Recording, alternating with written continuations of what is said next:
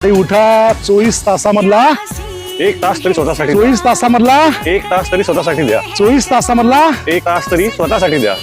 नमस्कार मित्रांनो, सध्या मी नागपूरमध्ये आलेलो आहोत. या ठिकाणी माझे मित्र डॉक्टर सारंग सर आहेत आणि हे स्वतः डॉक्टर आहेत आणि एवढे मोठे डॉक्टर असताना देखील आळस न करता दररोजचं त्याने स्वतःचं आरोग्य स्ट्रॉंग करण्यासाठी येतात. मित्रांनो, एक लक्षात ठेवा की जीवनामध्ये आरोग्य एवढा महत्त्वाचा विषय झालेला आहे. जो सुदृढ आहे, जो निरोगी आहे, तोच आपल्या जीवनात क्रांती करू शकतो. माझ्यासोबत डॉक्टर साहेब आहेत. डॉक्टर साहेब, आपण या ठिकाणी दररोज येता, कशामुळे येता? फिटनेस, फक्त फिटनेस, बाकी तसं कारण काहीच नाही. बर. आणि नवीन नवीन एम्स असतात, बाकी लोक नवीन मित्र भेटतात. बर. तेवढे एक सकाळचे 2 तास मित्रांसोबत काहीतरी चांगल्या हॅबिट्स लागतात आपल्याला, बरोबर आहे. आणि स्वास्थ्य चांगलं राहतं. आज किती किलोमीटर रनिंग केलं तुम्ही? आज माझं 16चं टार्गेट आहे, 15 झालंय. 15 झालेलं आहे. 16चं टार्गेट आहे. बघा, डॉक्टर असून देखील स्वतःचं आरोग्य फिट ठेवण्यासाठी येतात. मित्रांनो, तुम्ही पण आळस करू नका, तुम्ही पण कारण सांगू नका.